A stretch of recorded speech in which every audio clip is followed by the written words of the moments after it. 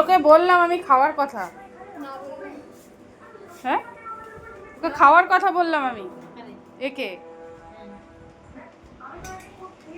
ডিম সেদ্ধ করেছে আমাদের, কি ভেন্ডি সেদ্ধ, আর হলো টমেটো দিয়ে ডাল।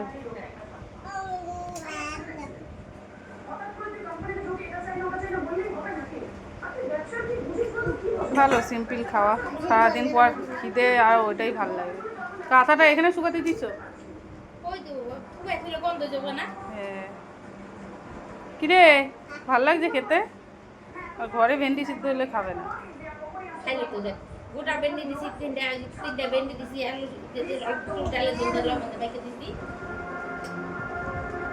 ভাল লাগছে খেতে? তাই মুখের মধ্যে তো লেগে আছে। খাও খাও।